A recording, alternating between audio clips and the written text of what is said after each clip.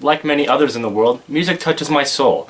Now, if you know me personally, you know I listen to all kinds of different music. I listen to classical music, I listen to metal, I listen to indie, I listen to rap, listen to soundtracks. I listen to pretty much everything. Everything is alright with me, with a few exceptions. I cannot stand dubstep, I cannot stand Christmas music, and I cannot stand Christian music. All three are just very annoying, and quite frankly, I don't feel like a lot of thought goes into that. I mean, maybe with Christmas music it did at the time, but I don't really think a lot of thought went into dubstep, because it just sounds like noise, and it's not very good. You know how people say metal just sounds like noise? Well, that's because they have horrible ears, and they're probably listening to dubstep, which is just noise, which is just someone maybe farting into the microphone and calling it music. Huzzah! Anyways, I want to talk about some of my favorite artists, because my entire life music has been around me. My parents obviously are huge fans of music. I'm a huge fan of music. I mean, I got into music because of them, because, you know, driving to school we would always have music playing in the car. Driving to the, I don't know, supermarket, grocery store, always having something, always having music around me. And so when I hear music, it kind of makes me feel like I'm at home in a way. So let's get on to the first artist that I want to talk about. I want to talk about one that's probably going to surprise people that know me personally, but Stevie Nicks. I love Stevie Nicks. She has one of my favorite voices of all time. She has some amazing music, amazing albums, and quite frankly, I mean, she has some great stories about her being on the road, her drug addictions, her relationships with like people like Tom Petty and Lindsey Buckingham. So it's just amazing.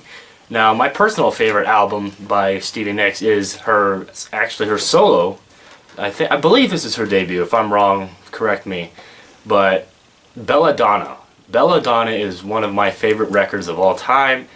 It has certainly surpassed a lot of other stuff that I listen to because of Stevie Nicks' voice, her collaboration with Tom Petty, with the song Stop Dragging My Heart Around, and other songs like Belladonna and Outside the Rain and Edge of 17 are just some of the best songs I think I've ever heard in my entire life. I can remember listening to those songs when I was a little kid, back in the car. It's songs like that I really remember. So yeah, I mean, there's not a whole lot else to say other than she has the voice of a goddess. I love the collaborations that she's always around. Rest in peace, Tom Petty. He died, by the way, early.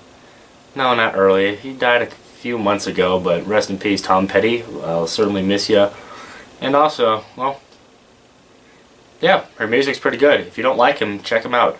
Also, don't be afraid to dabble into other kinds of music. It doesn't, I don't know.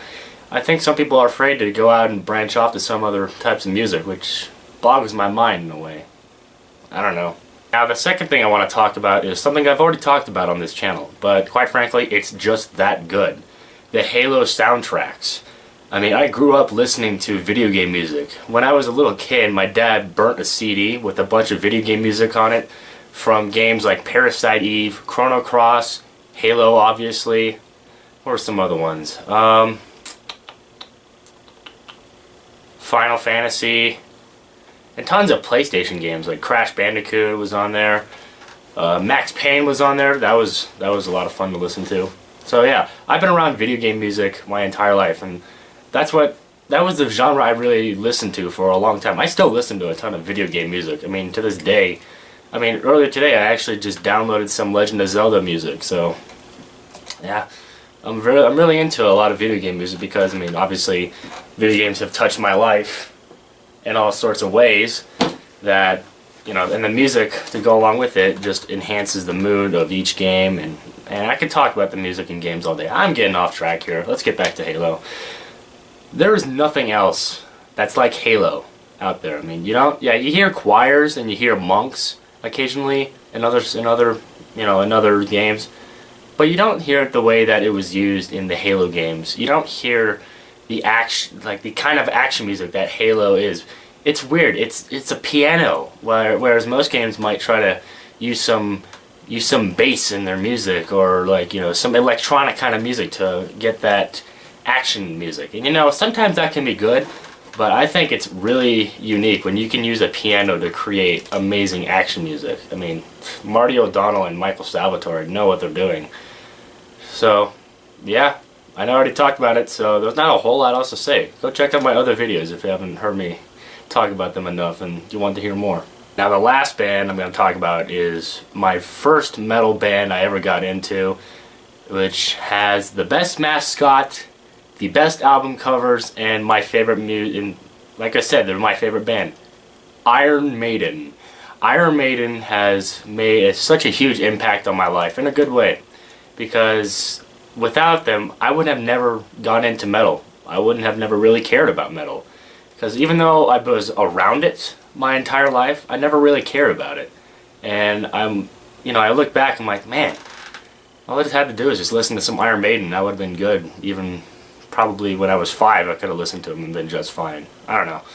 But anyways, so when I was in middle school, that's when I was introduced to them, and I did not stop listening to them for probably 2 months. I had them constantly playing through my headphones. I had them constantly as backdrops. I was always looking at shirts, hoping they would come to town someday, hoping that I could get maybe something signed from them. Now, one of those things came true. They came through town, and I got to see them live, which was awesome. That was during the Book of Souls tour a couple of years back when they released that new album, which, by the way, that album is awesome, and so is every other album that there is. There hasn't really been a bad album among Iron Maiden's catalog. I mean, yeah, you could say Virtual 11 is but that's not. I don't think it's that bad. I mean, even the X Factor, with people saying like, oh, Blaze Bayley can't sing as well as Bruce. Well, Blaze Bayley is not Bruce. So when you kind of take that out of it, and yes, Bruce is pretty much the dominant singer of Iron Maiden, and the best one, in my personal opinion. But Blaze is a bit different, so his voice is a bit lower, and I think they used it very well back in the Blaze Bayley era, which was about, I'd say 94 to 98, 99, if I'm wrong, correct me. So, yeah, that was that. What else to talk about? Eddie. Let's talk about Eddie the Head. Actually, I know you can't see it, but there's Eddie the Head, there's Eddie over there, and Eddie the Trooper right there on the wall in those action figures. Like I said, I know you can't see them, but that's what they are.